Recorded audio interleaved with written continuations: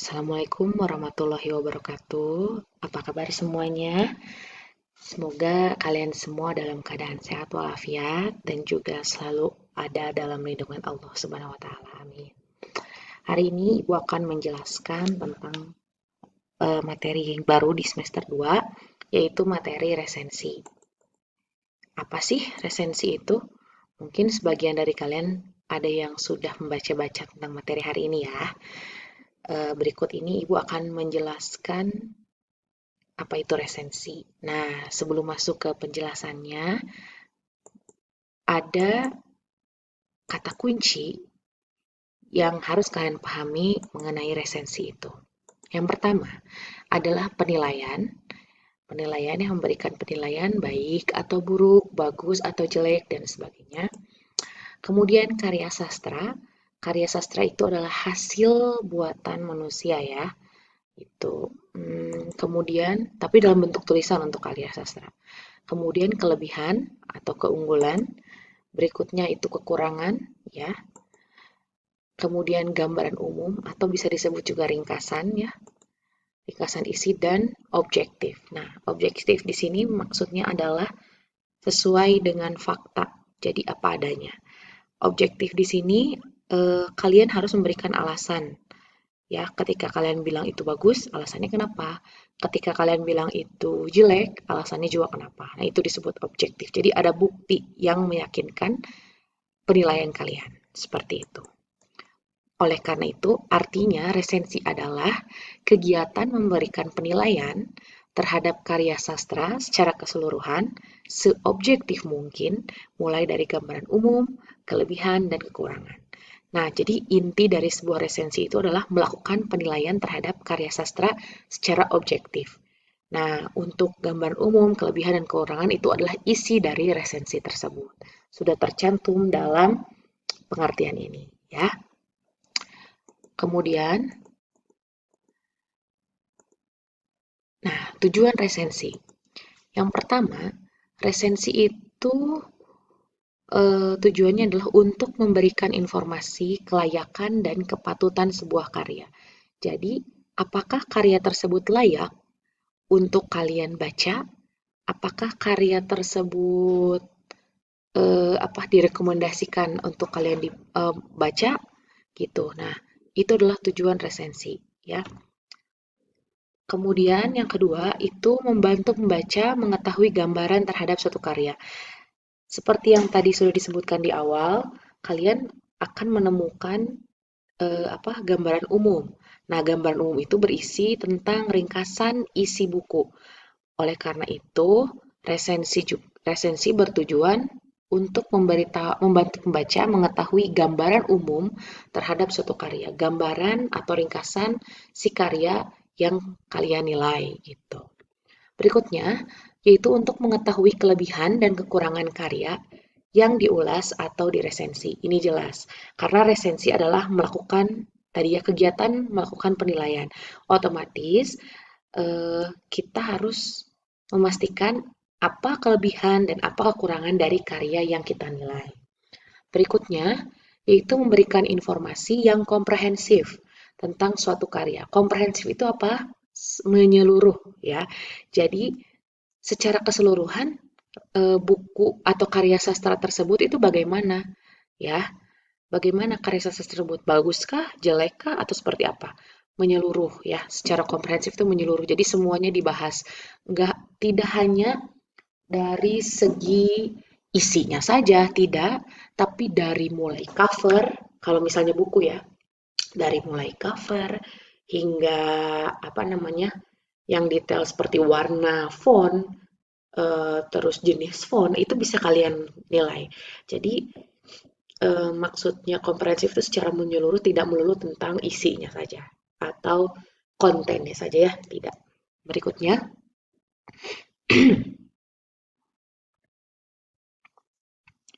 memudahkan pembaca mengidentifikasi hubungan satu karya dengan karya lain yang serupa.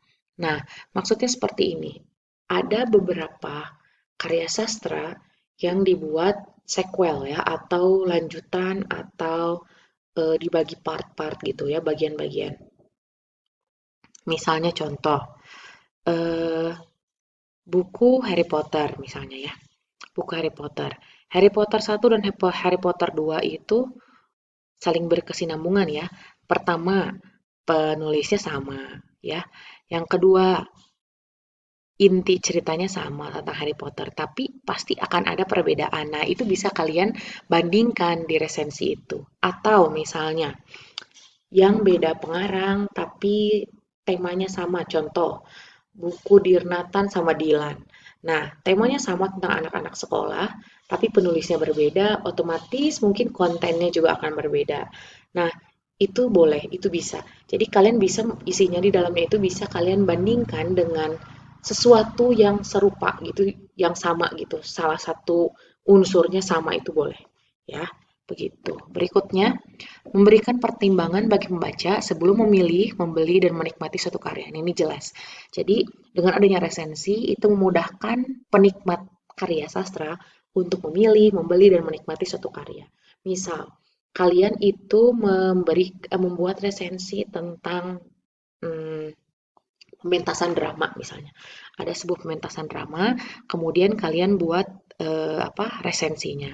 Nah, itu akan menjadi bahan pertimbangan penikmat drama untuk menyaksikan drama tersebut. Pasti kalian tanya dong ke teman kalian. Misalnya nih, teman kalian nanya ke kalian, gimana sih penampilan dramanya si A misalnya, dramanya si A bagus nggak? Misalnya kayak gitu.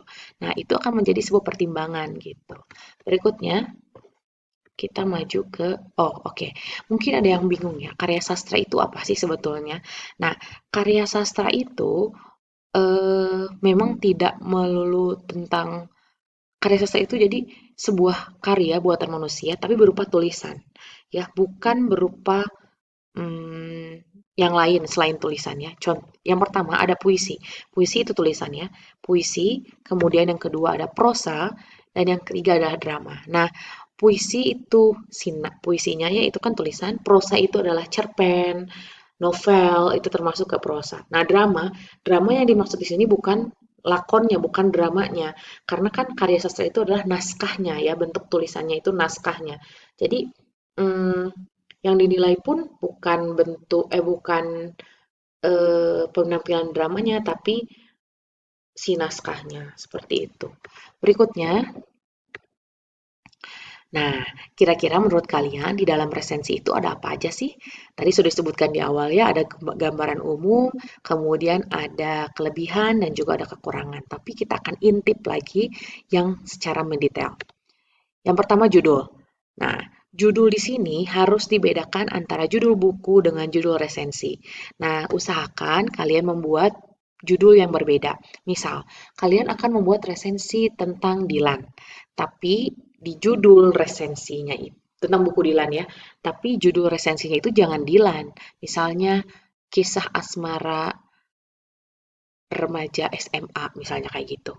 Atau eh,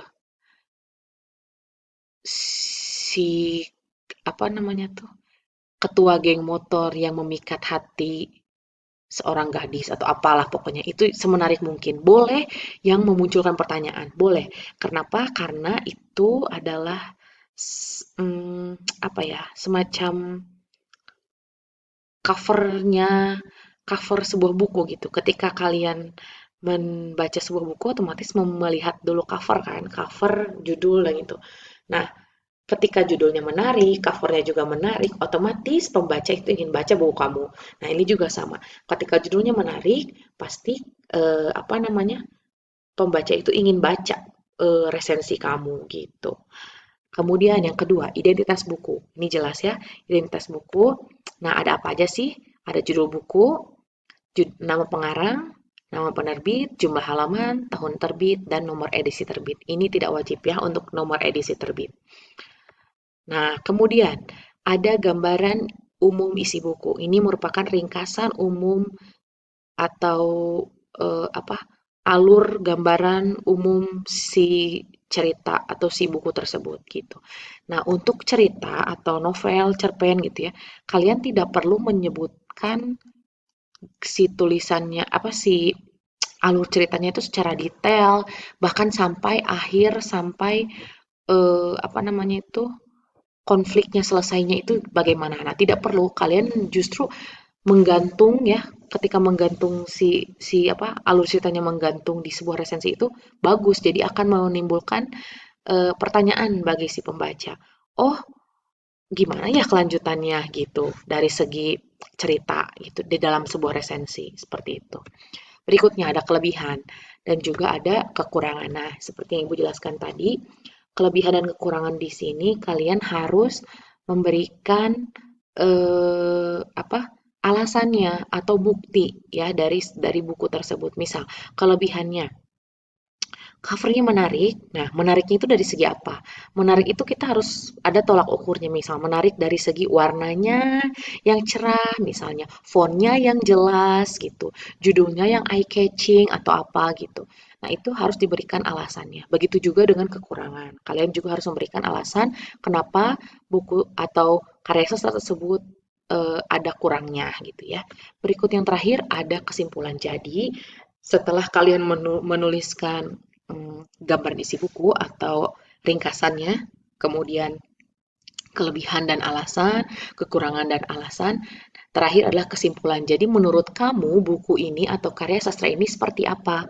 Gitu. Apakah layak untuk dibeli atau tidak layak atau seperti apa? Gitu. Itu harus ada kejelasan. Jadi kamu tuh ada di tim yang mana? Yang A atau yang B gitu. Berikutnya,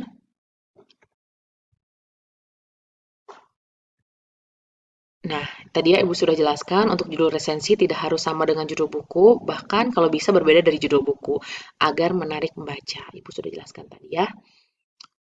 Namun judul resensi tetap harus menggambarkan isi buku tersebut. Oke, judul resensi harus dibuat semenarik mungkin untuk menimbulkan keingintahuan pembaca. Ini juga sudah Ibu jelaskan tadi. Nah, identitas buku. Nah, judul buku oh, sorry, ini tadi sudah dibahas ya tentang identitas buku. Ada judul buku, nama pengarang, nama penerbit, jumlah halaman, tahun terbit, nomor edisi terbit. Yang tidak wajib tadi ya sudah dijelaskan. Nah, ini adalah contoh. Nah, kalian bisa baca, ya bisa lihat di sini judul bukunya dari buku ke buku sambung menyambung menjadi satu. Tapi kalian baca judul resensinya, kisah membaca seorang yogi buku. Ini beda kan? Nah, otomatis kan kalau kalian baca ini, kalian pasti pengen tahu dong, yogi buku itu siapa sih? Gitu. Pasti pengen baca gitu. Nah, ini adalah contoh dari judul dan identitas resensi seperti ini. Berikutnya, nah, riwayat kepengarangan. Bagian ini memaparkan secara singkat biografi pengarang, yang berisi tentang tempat tanggal lahir, pendidikan, dan lain-lain, buku-buku yang pernah ditulis, dan penghargaan-penghargaan yang pernah diperoleh dalam bidang kepengarangan.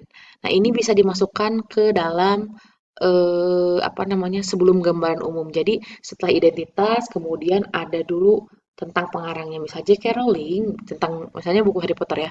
J.K. Rowling sudah menerbitkan 3 buku Harry Potter. Buku sequel yang keempat ini, nah itu bisa kalian jelaskan gitu ya. Jadi disambung-sambung aja si riwayat pengarang ini dengan apa namanya gambaran isi buku boleh di apa namanya dikait-kaitkan gitu. Berikutnya, oh ini contohnya nih ya. Bagi Polikarpus Suswantoro yang ahli sejarah dan jurnalis senior, nah ini adalah kepengarangan.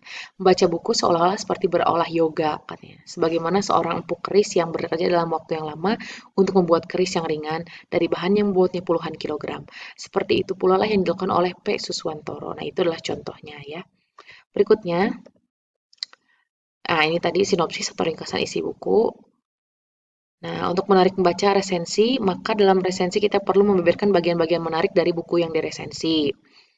Kemudian, namun kita tidak perlu menjelaskan semua isi buku karena hal itu justru akan membuat pembaca merasa tidak perlu lagi membaca buku itu atau disebut juga spoiler.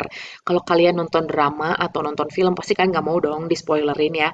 Nah, sama juga dengan buku atau karya sastra, otomatis penikmat karya sastra juga nggak mau di-spoilerin gitu. Oleh karena itu, dalam ringkasan kita tidak perlu menjelaskan hingga akhir bagaimana final ceritanya dalam buku tersebut, begitu. Ya, ini udah langsung aja. Oke, tadi kita udah eh, di bagian ringkasan atau sinopsis. Kita lanjut. Nah, ini ada ulasan tentang kelebihan dan kekurangan isi buku. Bagian ini merupakan bagian inti dari resensi, karena di bagian inilah kita akan memberikan penilaian atas kualitas buku yang kita baca, ya. Kemudian, dalam menilai tentunya harus disertai dengan alasan atau data yang dapat dipertanggungjawabkan atau valid. Ini yang seperti tadi Ibu sudah jelaskan di sebelumnya, ya. Kalau kita memberikan penilaian, kita harus berikan alasannya. Kita harus berikan buktinya dalam bagian kelebihan dan kekurangan ini. Hal-hal yang dapat dikritik dalam sebuah buku itu ada dua, ya. Yang pertama itu segi fisik, dari mulai sampul buku atau cover, kualitas cetakan, jenis kertas, bentuk dan jenis huruf. Kemudian dari segi non-fisik, yaitu dari isi buku atau jalan cerita, apakah si isinya menarik atau tidak. Kemudian manfaat bagi pembaca, apakah buku tersebut bermanfaat bagi pembaca atau tidak. Dan yang berikutnya bahasa yang digunakan, apakah kalimat-kalimat yang digunakan dalam buku tersebut mudah dipahami atau tidak. Kemudian kualitas pengarang, apakah pengarang buku tersebut memiliki pengalaman atau tidak. Bisa dilihat dari prestasi yang sudah didapat di bidang kepengarangan. Berikutnya, nah ini adalah contoh kelebihan buku, ya. Ibu bacakan sedikit poin yang bawah aja. Nih yang ini, ya. Buku ini lebih merupakan buku sejarah walaupun temanya maneka ragam. Pembaca yang baru akan masuk ke wacana sejarah Indonesia yang sangat terbantu dengan membaca buku ini terlebih dahulu. Demikian pula para mahasiswa jurusan sejarah ini memberikan pertolongan untuk pembaca supaya mengenal tentang sejarah Indonesia. Itu ya kelebihannya. Berikutnya ada contoh kekurangan atau kelemahan buku. Nah, ini Ibu bacakan sedikit. Nah, ini ya. Dalam membicarakan suatu bab, Pak Swan sering meloncat-loncat kian kemari. Kata demi kata mengalir tanpa jelas muaranya. Misalnya, nah ini ada buktinya, ya. Ketika membicarakan Teu, yogi sastra, yogi keris, yogi ilmu, pembaca benar-benar dituntut cermat untuk menginterpretasikan benang merah ide tulisan-tulisan ini. Namun, jika kita bla bla bla bla. Nah, ini kata misalnya itu adalah contoh atau bukti dari kelemahan buku tersebut. Begitu. Penutup. Nah, untuk menutup resensi, kita perlu menegaskan tentang kelebihan dari buku tersebut. Di samping itu, kita juga perlu mengajak pembaca untuk membaca buku tersebut secara utuh karena menurut kita buku tersebut memang layak untuk dibaca. Atau bisa juga tidak layak, silahkan sebutkan, ya. Jadi intinya penutup ini bagaimana kalian, eh, bagaimana keberpihakan kalian. Apakah buku tersebut baik untuk dibaca atau tidak untuk dibaca. Jadi berikan suggestion atau referensi atau apa sarannya. Ya, misalnya ini tidak cocok dibaca untuk usia sekian sampai sekian misalnya, tapi cocok dibaca untuk usia dewasa misalnya kayak gitu. Nah, jadi harus diberikan alasannya. Oke, kayaknya ini udah langsung ke yang lain, ya. Nah, ini contohnya. Terlepas dari berbagai ketidaksempurnaannya, harus diakui bahwa buku pertama seorang yogi buku ini merupakan karya yang memikat. Bahkan, cara dan gaya pengungkapannya dalam kadar tertentu telah memberikan sentuhan sastra yang cukup enak dinikmati. Kita menantikan karya berikutnya. Nah, ini memberikan kesan bahwa si presensi itu apa sangat positif dengan hadirnya buku tersebut gitu, ya. Oke, kita ke ini tadi sudah dibahas, ya, untuk struktur resensi. Oh, belum. Oke. Struktur resensi itu ada tiga. Ada orientasi, tafsiran, dan evaluasi. Orientasi itu isinya dari gambaran umum, kemudian tafsiran itu isinya kelebihan dan kekurangan, dan evaluasi yaitu pandangan atau kesimpulan tadi, ya. Evaluasi ini bagian penutup. Udah, itu aja. Mungkin untuk materi hari ini sampai di sini. Ibu akan memberikan tugas yang akan disampaikan di Google Classroom. Terima kasih sudah menyimak pembelajaran Ibu hari ini tentang eh, apa itu resensi dan struktur resensi, kemudian eh, apa saja yang ada dalam sebuah resensi gitu ya, dan apa yang harus diperhatikan dalam resensi buku atau karya sastra. Terima kasih, semoga kalian selalu semangat, selalu diberikan kesehatan oleh Allah Subhanahu wa taala dan selalu diberikan kebahagiaan dalam menggapai cita-cita. Amin. Semangat terus ya. Jangan lupa Google Classroom-nya dicek. Terima kasih. Dadah.